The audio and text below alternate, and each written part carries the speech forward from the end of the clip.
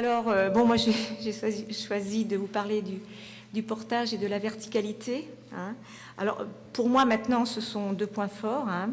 Bon, je ne vais pas vous raconter ma vie, parce que c'est vrai que j'ai eu des expériences aussi, des gros pets, hein, donc il a fallu que je me relève. J'étais contente aussi de me verticaliser à un moment. Alors, je travaille effectivement bon, dans mon centre équestre. Moi, je m'occupe maintenant des tout-petits et des enfants autistes.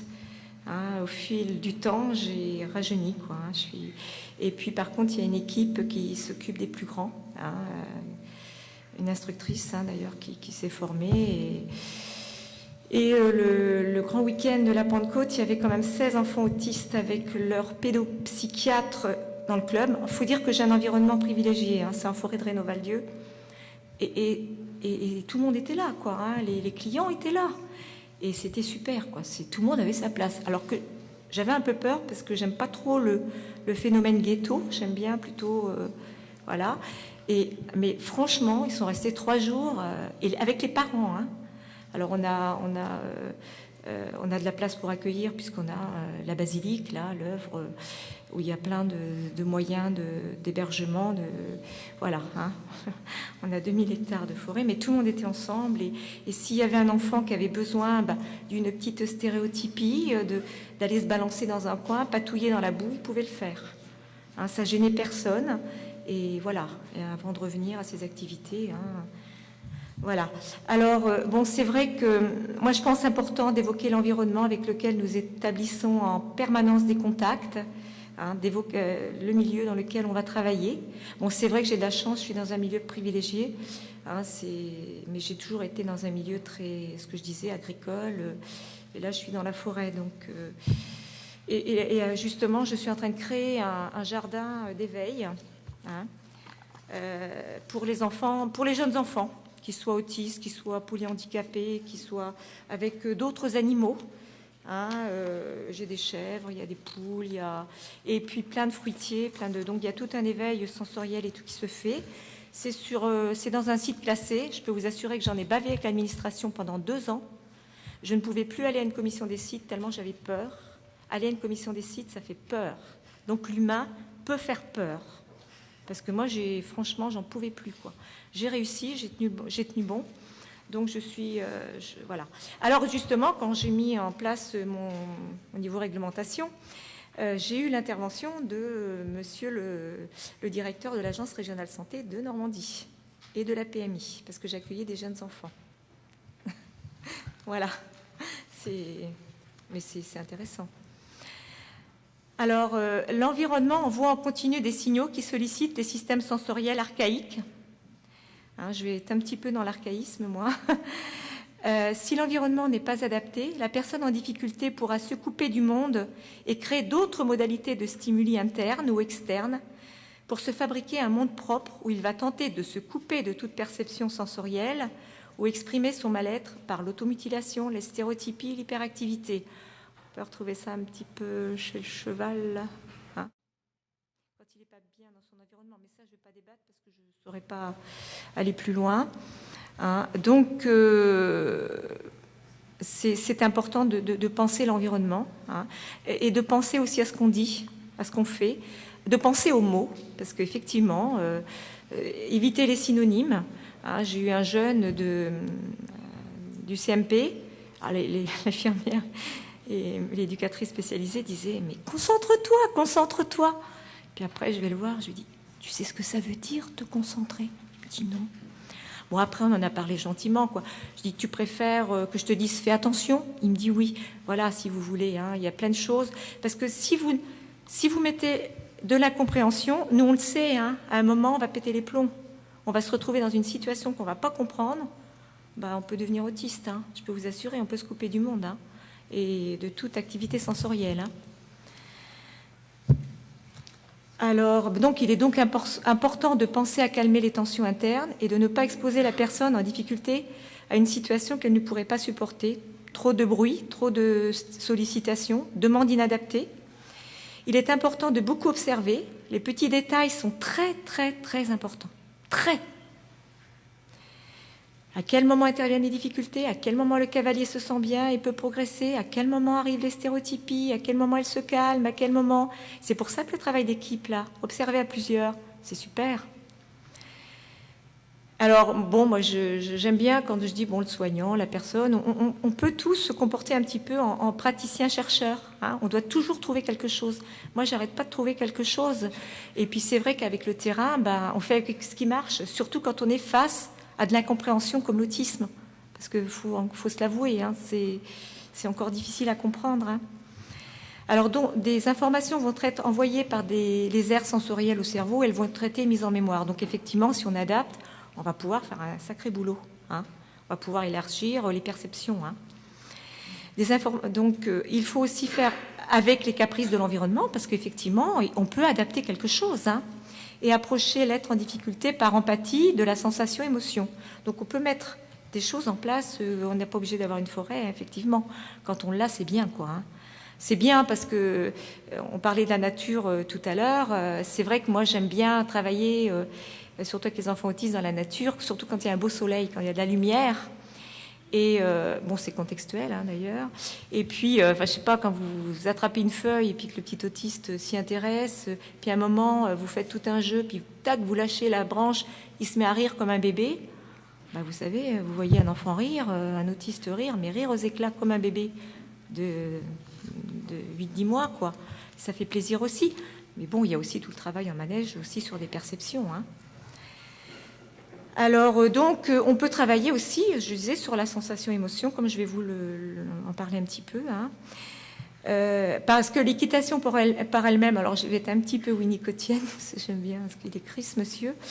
L'équitation par elle-même offre un espace facilitateur, comme un holding, le portage, qui évolue en handing, les soins, donc il faut être bien porté dans un environnement, bon, on pourrait dire la mère environnement. Hein. Voilà. Donc, bon, alors le portage.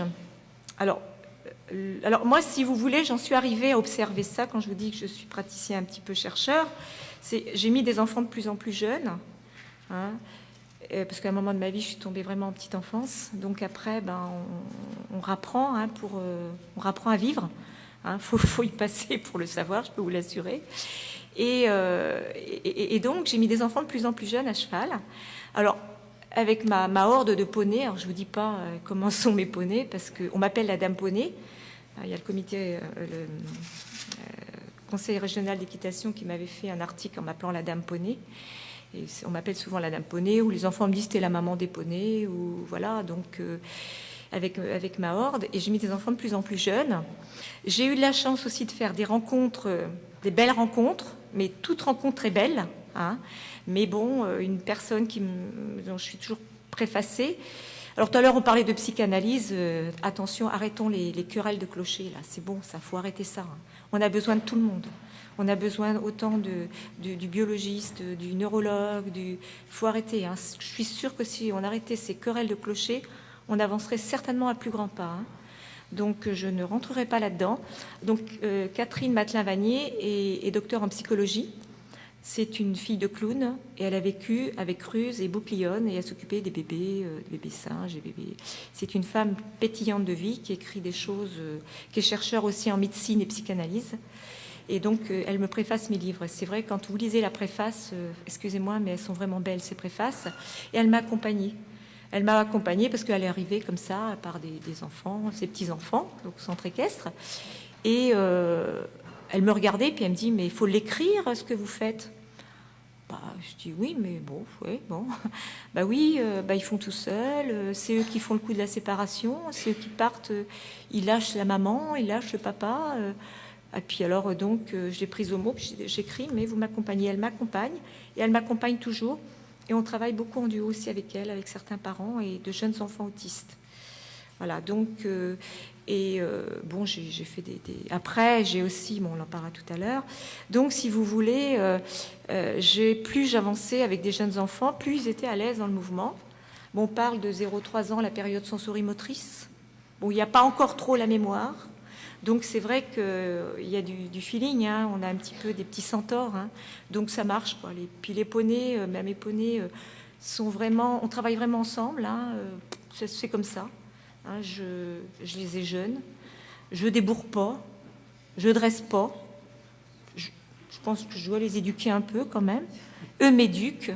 Hein, voilà. Donc, et je peux vous assurer, je reçois beaucoup de crèches et ça fait des années, des crèches, c'est vraiment, c'est une confiance totale. Il y a, je sais pas, ils se calquent un petit peu à ma façon d'être. Donc moi, si je tiens, alors c'est vrai qu'on peut parler de contenance. L'enfant va contenir, le cheval va porter l'enfant, le contenir. Moi, je veux aussi contenir et contenir mes équidés. Je suis là, bon, je suis la personne effectivement qui donne bien à manger, ils ont 7 hectares, je vais les chercher. Je passe beaucoup de temps avec eux, beaucoup. Je leur parle, je les appelle, voilà. Hein, donc c'est vrai que ça facilite hein, quand vous n'avez pas à gérer ça. Est-ce qu'il va donner un coup de pied? Ceci dit, les enfants sont éduqués. Un enfant doit être éduqué. Hein. On n'est pas derrière, on passe pas trop près, on fait pas des gestes, voilà. Il y a de l'éducation, c'est très important. Un enfant l'apprend très tôt, même un enfant en difficulté. Hein. Voilà, on a des façons chacun de le dire. Donc, j'ai trouvé que... Et puis, alors, ce qui m'a un petit peu fait tilt, je me suis dit, bah, tiens, je les mets dans le mouvement. Quand le mouvement s'arrête, des fois, ils se mettent à pleurer. Le mouvement repart, oh, tout va bien. On s'arrête, tac. Ah, je dis, bah, tiens, Et puis, petit à petit, je dis, bon, il faut qu'on travaille dans le mouvement. Alors, c'est pareil, on observe l'enfant. Si l'enfant... il a envie d'être mis en situation avec le poney, il va aller le voir. Mais s'il est très loin, il faut le laisser loin, il faut le laisser observer. Moi, je mets tout le monde à cheval, toc, on prépare tout le monde, la crèche et tout. Les plus peureux, on les met à la fin. Et puis, pof, à un moment, il a envie d'y aller. Et là, le poney est prêt et on part avec tout le monde. On est porté. Hein. Donc... là c'est un travail sur l'émotion. Hein, donc, hein. Alors, je vais d'abord parler aussi... voilà, c'est les émotions donc, vont être perçues par l'entourage et traitées. C'est-à-dire qu'on va juger de l'approche. Tout ça, c'est du mouvement. Hein, c'est quelle distance on va mettre. Quelle distance on va mettre entre le poney et l'enfant, le cavalier et la mère ou le père. Il y a tout un travail. On est un petit peu magicien, mais tous. Les parents savent jouer aussi. Tout le monde joue. On est un petit peu au centre. Hein. C'est du mouvement. Hein. On est... voilà. Et l'enfant va suivre le mouvement. Alors, souvent, ces enfants-là vont exprimer des peurs pendant la balade, par exemple. Alors, on va rentrer dans le bois. Ah, ils vont avoir peur du loup. Ah, mais ici, il n'y a plus de loups, parce que les loups, ils ont peur des poneys. Ils sont partis. Ah, puis alors, ils ont encore plus peur des enfants qui font du poney, parce qu'ils sont très forts.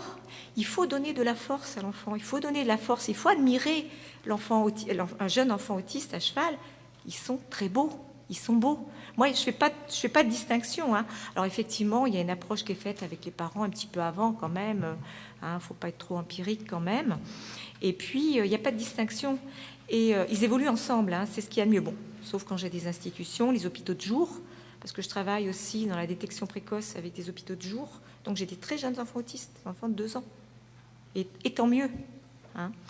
Et effectivement, donc là, on va pouvoir mettre des mots sur les peurs. Hein, alors ça peut être ça peut être un bruit. Moi j'ai une petite autiste, là c'est la 3e séance qu'elle fait, elle avait très peur du hennissement. Mais elle avait envie du portage. Par contre, l'arrêt, c'est pareil, il fallait la mettre dans le portage. Il fallait la mettre dans le mouvement. Hein, il fallait absolument qu'elle soit dans le mouvement. Dès que le mouvement s'arrêtait, piouf, elle criait. On repartait. Et à un moment, bon, j'ai vu qu'elle avait très peur du hennissement et de certains bruits. Et c'est vrai qu'il y a des déficits sensoriels, mais il y a des fois aussi, c'est des sens qui sont très amplifiés. Hein, c'est puissance, je ne sais pas combien. Hein, ou alors c'est sélectionné. Enfin, c'est pareil, il y a les... Enfin, moi, je ne suis pas neurologue, je ne pourrais pas dire, mais il y a tous les canaux, les connexions qui se font certainement différemment. On le voit aussi chez le jeune enfant, hein, chez le tout petit. Et donc, elle se met à crier. Donc, alors là, on berce. Je dis, voilà, ton cheval, il t'a dit bonjour. On trouve toujours quelque chose, une histoire. Hein, ça peut être aussi Voilà, une belle histoire, des belles histoires, toujours. Moi, j'aime bien parce que je trouve que c'est important d'y mettre du rêve. Et ben, la petite, pendant 2 fois, elle avait peur des hennissements. La 3e fois, elle hennissait, puis elle se marrait. Vous voyez, hein? Bon, et ça peut mettre plus longtemps que ça. Mais si on est face vraiment à des angoisses, il ne faut pas les... Hein? Alors, effectivement, si vraiment il y a trop de peur, on peut continuer. L'enfant, il a envie de venir, ben, il vient. Il n'est pas obligé. Il peut se mettre, j'ai une espèce de bac à sable, là. Il peut se mettre puis jeter des coups d'œil, c'est pas grave, c'est bien. Il peut faire autre chose. Hein, mais je peux vous assurer qu'à un moment, il vient. Il approche. Hein. Donc, alors donc, le cheval va aussi apporter une réponse aux déficits sensoriels et stimuler, donc, comme je vous disais, les émotions, qui pourront être reçues et traitées par l'entourage. Il faut les traiter, les émotions, il ne faut pas les refouler. Bon, si c'est possible. Parce qu'il faut jouer avec les limites aussi, parce qu'effectivement, si c'est trop dur, mais je vous jure qu'avec le portage et le mouvement, vous partez, vous dites rien, vous êtes à côté, poum, poum, ça se calme très très vite. Hein. Alors donc, j'ai remarqué que le bercement du pas du cheval ou poney propose un contact immédiatement rassurant. Ce mouvement va permettre à la personne en difficulté de se porter à son tour, et ça c'est important, de maîtriser son équilibre. Hein, ça va donner de la force aussi, hein, ça va donner... on parlera tout à l'heure de la verticalité, mais c'est vrai que le portage par le bassin, c'est très important, hein, cette façon de se tenir. De maîtriser son équilibre, d'apprivoiser son propre corps en mouvement, en même temps d'accepter des sensations nouvelles. Ce mouvement est apaisant, alors ce que je vous disais, hein, j'ai remarqué avec les bébés cavaliers. Donc l'enfant est tenu, contenu, son corps est rassemblé par le portage et le mouvement.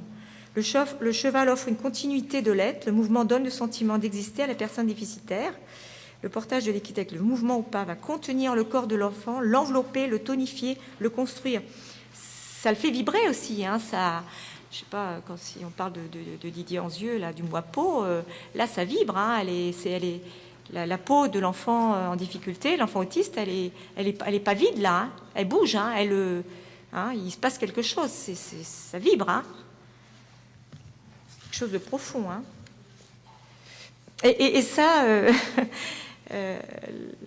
la façon de se tenir, c'est assez important. Alors c'est pareil, hein, c'est pour ça verticalité et mouvement, c'est important. Parce que moi j'aime bien aussi travailler sur des dénivelés, parce que c'est vrai qu'au niveau du tonus et tout, il faut faire attention, parce qu'un enfant qui n'a pas encore trop de tonus, hein, par exemple un jeune enfant autiste qui ne se tient pas encore sur ses pieds, mais qui va bien se tenir à cheval, hein, je vous expliquerai pourquoi tout à l'heure, ils peuvent très bien se tenir. Faut faire attention parce que, je vous disais, je fais un petit peu mon petit côté mode chercheur. Comme on aime bien se promener, on se dit, tiens, aujourd'hui, on va tenter la grande aventure. C'est une grande descente, ça va une grande remontée. À un moment, et je le savais que ça allait se passer, mon petit autiste, il s'est effondré. J'étais là pour le recontenir. Heureusement, c'était au bas de la côte, sinon je l'aurais tenu. Parce que si le cheval ne peut plus contenir, s'il ne peut plus se tenir à cheval, on est là aussi pour tenir. Hein, en général, quand on a fait un certain temps de portage, le contact est accepté, hein, alors qu'effectivement, c'est pas obligé. Hein. Et quand il s'est remis en selle, en remontant, il s'est remis en selle. Hein. Il était à nouveau tonique. Et je travaille avec un psychologue, il me dit, mais c'est incroyable, cet enfant-là, quand je l'ai à l'hôpital de jour, hein, il a 3 ans, il ne marche pas encore, et on dirait un petit polyhandicapé. Et là, ça fait presque... Oui, ça va faire 1 an qu'on travaille ensemble. Alors, parce qu'effectivement, on verra tout à l'heure, hein, que ça aide aussi, ça tonifie aussi les jambes, hein, le cheval. Hein, et maintenant, il se tient debout. Et là, il y a une séance où il a découvert le 4 pattes. Enfin, il avait découvert le 4 pattes. Il faisait beau, il était sur le béton. Et c'était vraiment... c'était d'autres perceptions qui se présentaient à ses yeux. Donc là, on avait d'autres observations. Mais on ne recherchait pas à se dire, on a un projet, c'était ça. On se dit, oh là là, il a découvert d'autres choses, on va le laisser. Et puis, de toute façon, ça reviendra, quoi. Hein. Alors, donc, ce qui est important... Alors, le poney aussi renvoie là un petit peu où est l'enfant, hein, ce qui lui permet de repartir, surtout quand il est jeune. Et c'est vrai que ça permet de repartir à quelque chose d'archaïque où nous, on ne sait peut-être pas trop comment faire pour y aller. Et cheval, lui, il y a des choses certainement qui peuvent peut-être rappeler des moments sympas dans l'avant-naissance. Hein. Un jour, j'ai un petit garçon de 2 ans et demi. Et alors on voit, parce que c'est vrai qu'il y a des poulinières qui sont dans les prés, enfin bon. Et puis donc on a observé la maman qui attendait son bébé, puis après elle a eu son bébé. Puis il y a un petit garçon qui me regarde, il peut retourner dans son ventre. L'air de dire, tiens, ça peut être sympa ça. Ah non, non, on ne peut pas, quand on est sorti, il faut... Après, voilà, il faut grandir. Alors, bon, il y a l'odeur qui identifie aussi pour les personnes en grande difficulté. Hein, donc, c'est vrai que ça ramène à quelque chose d'assez archaïque, dont on a tous besoin. Hein. Puis, il y a l'odeur qui identifie bien. Alors, les personnes qui ont peur du contact, quand aucune relation n'est satisfaisante, le mouvement va amener le contact. Et c'est vrai qu'à partir de... Il faut souvent attendre un bon quart d'heure. Là, on peut amener le contact, après qu'il y ait le mouvement à cheval. Moi, c'est pareil, parce qu'avant, je m'occupais des plus grands. Hein. Il y avait un autiste adulte. Quand on approchait, il se roulait par terre. Puis en même temps, je voyais que c'est marrant, il n'est pas... Puis ça l'intéresse quand même, il n'a pas l'air... Et puis à un moment, je dis, mais ça se trouve, il a peur du contact. Écoutez, alors nous, on travaille pas avec équilève, on travaille avec un treuil, avec un harnais, puis un petit treuil. Et on lui a mis... Alors le harnais, il se laissait faire. Et puis le treuil, alors bon, ça s'est bien passé. Et il arrivait, il allait chercher son harnais, il mettait son harnais et tac, et il adorait monter à cheval. Hein, voilà, ça c'est des petits trucs plutôt que de dire bon le pauvre, il a pris beaucoup de plaisir après. Hein. Bon, quand ils sont des grands déficients, c'est vrai que c'est pas la peine de chercher déjà une bonne balade, découvrir des choses autour de soi. Le portage de mouvement, ça leur fait du bien. C'est quand même apaisant. Hein, il y a des fois, c'est pas la peine de chercher autre chose. Ça dépend de ce qu'ils vont vous envoyer. Hein. C'est le détail. Si vous voyez un truc, il aimerait peut-être faire ça. Allons-y. Hein. Du bonheur. Hein. Il faut du bonheur pour travailler. Alors donc, à cheval, le cavalier n'a pas le choix. Il est dans le mouvement. Il doit adapter son comportement au mouvement de l'équidé. Il est emmené dans une situation qui organise sa conduite. Il est entraîné dans un continuum, dans un dialogue tonico-postural et tonico-émotionnel. Ce mouvement va progressivement rétablir le contact et un mode de communication corporelle. Hein, on y arrive. Hein. Grâce à une observation rigoureuse, nous allons décoder certains signes physiques ou langage, des comportements parfois excessifs, mal-être, frustration. Hein, ça se travaille aussi tout doucement. Les angoisses. Hein, donc, et c'est vrai que, je parlais des angoisses tout à l'heure, c'est vrai que là aussi, l'équidé contient les angoisses. À partir du moment où tout est calme, reposant, hein, si ça ne va pas, on adapte. Hein, toc, toc, on est dans le mouvement. Hein, hop, hop, hop.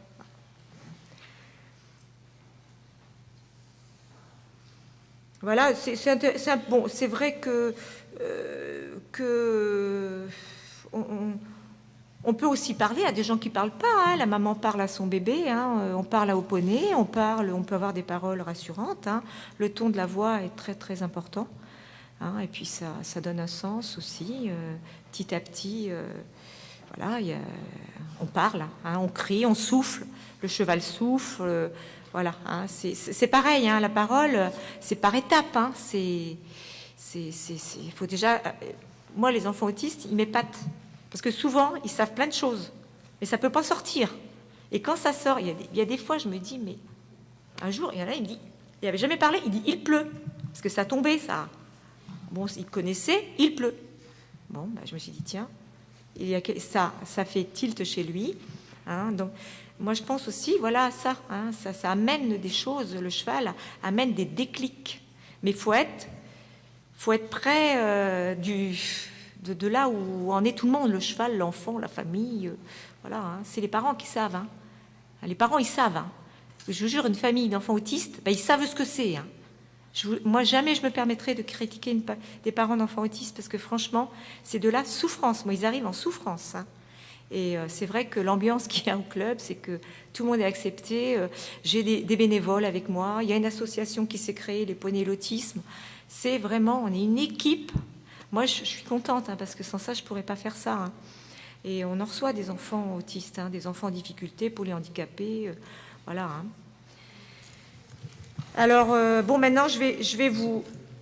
Oui, alors, je vous parle juste pour la verticalité. Hein, je lis, hein, parce que c'est vrai que je suis bavarde. La verticalité, alors le cheval est neutre, il n'a ni la parole ni la contrainte culturelle, il va aider la personne à prendre confiance en elle. Il tient son cavalier par la base de sécurité, le bassin, qui va le tenir droit et lui ouvrir le monde, moyen de se sentir plus fort ou tout simplement se sentir bien et heureux. Alors à cheval, l'ancrage corporel se fait par le bassin. En aptonomie, le bassin représente le sentiment de base, la sécurité de base. Franz Wellmann l'a écrit, donc vous me poserez des questions après. Hein. Franz Wellmann l'a écrit dans les sciences de l'affectivité. Cette sphère nommée sphère de présence de base, en aptonomie, joue un rôle dominant dans le vécu du bien-être et dans une représentation de soi bien équilibrée. La base de cette sphère se trouve dans le bassin. Donc à ce sujet, alors j'ai eu la chance, Catherine Dolto, elle s'intéressait à ce que je faisais parce qu'elle est cavalière, elle est médecin orthothérapeute, et bien elle est venue me voir. Hein, donc elle a acheté un des bouquins. Alors donc avec elle, on a mis des bébés tout petits, dès 4 mois. Alors bien maintenus par la base, hein, effectivement. Hein, soit c'est le parent qui tient, soit c'est voilà. Et le bassin, voilà, par l'adulte. Alors la séance ne dure que quelques minutes, hein, donc on maintient l'enfant, le cheval marche. Alors, ce réflexe, alors j'ai cherché, je dis tiens, j'en ai parlé à mon ostéopathe, il me dit bah oui, c'est le réflexe du tonus archaïque, qui disparaît pour un enfant normal à peu près aux alentours de 8 mois, parce qu'après c'est autre chose. Hein, c'est des réflexes qu'on a gardés. Hein, il y a d'autres réflexes là de la marche pour les bébés, enfin voilà. Donc je me suis dit tiens, intéressant ça. Et c'est vrai, hein, du bassin à la base se déroule la colonne vertébrale, puis la tête, le regard, qui devient expressif et soutenu. Et c'est vrai. Hein, moi, j'ai eu un petit 3 mois, il n'avait pas encore fixé son regard. Et ben après les 2 minutes, il l'avait fixé, il souriait, babillait. Et voilà. Alors maintenant, les parents, ils amènent les bébés et disent on peut faire un petit peu, surtout que je fais ça comme ça, par plaisir. Donc la présence et la façon de se tenir à cheval sont un dialogue de vivant par le biais du bassin, la colonne vertébrale, la tête, le regard et l'ajustement entre le porteur, le cheval et le porté, le cavalier. Alors cet ancrage par le bassin constitue le point d'appui du dialogue tonique et de ce fait permet l'émergence du geste. Cette position va inciter le cavalier à placer son regard pour s'ouvrir au monde. Ce qui se passe aussi avec les enfants autistes, hein, qui sont ou en hyperextension ou recroquevillés, ça met bien en place. Hein. Alors, voilà. Et aussi, les jambes, faut savoir que les jambes aussi, ça part aussi du bassin. Hein. Donc, il y a une conscience des jambes qui se fait. Alors, je ne vais pas vous donner des exemples, mais petit à petit, l'enfant qui ne veut pas se tenir sur ses jambes, il se tient. Il arrive à se tenir, parce qu'il y a une prise de conscience, hein, qui se fait. Alors, le cheval est un vecteur aussi de déplacement. L'enfant n'a plus à gérer l'espace, il va le découvrir. Nous pouvons emmener l'enfant vers de nouvelles sources de stimulation. La personne, grâce à des exercices, attention conjointe, terrain varié, va découvrir l'espace proche, devant, derrière, hauteur, profondeur, l'espace lointain, etc. Des représentations vont se construire, des objets vont apparaître et disparaître de son champ de vision, suivant sa position dans l'espace du manège. De cette façon, il va prendre conscience de la permanence de l'objet. La conscience de la permanence de l'objet permet les premières anticipations. L'apprentissage est actif dans des situations de plus en plus complexes. La communication se met en place avec le groupe d'abord par l'imitation, l'interaction, surtout dans les jeux d'échange d'objets, le langage, si possible, les apprentissages. L'enfant va prendre confiance en lui. Mettre un enfant à cheval, c'est aussi l'aider à réaliser un rêve, aider la personne avec ses propres ressources, son propre ressenti. Alors moi, je dis que l'équitation est une médiation particulièrement intéressante pour les êtres humains, et surtout les êtres en grande difficulté, qui ne peuvent pas parler de leurs difficultés par raisonnement et des mots. Les personnes avec autisme agissent à partir de leur perception, même toute personne. Plus la personne est en difficulté, plus elle va travailler avec ses propres perceptions, qui sont certainement bien différentes des nôtres. Hein ? Et ils ont besoin de la médiation cheval. Alors moi, je vais finir par une citation d'un autiste, une personne avec autisme, pardon. Si je la retrouve. Alors, c'est Joseph Skovanec qui a écrit Je suis à l'Est, donc c'est un Asperger, autiste dit de haut niveau. Alors, lui, il dit « Je me méfie des théories qui voudraient réduire l'être humain à un mécanisme d'horlogerie. Je crois que l'être humain est beaucoup plus composite, en mouvement. Ne l'enfermons pas, ne nous enfermons pas dans une cave, il nous en manquerait une. »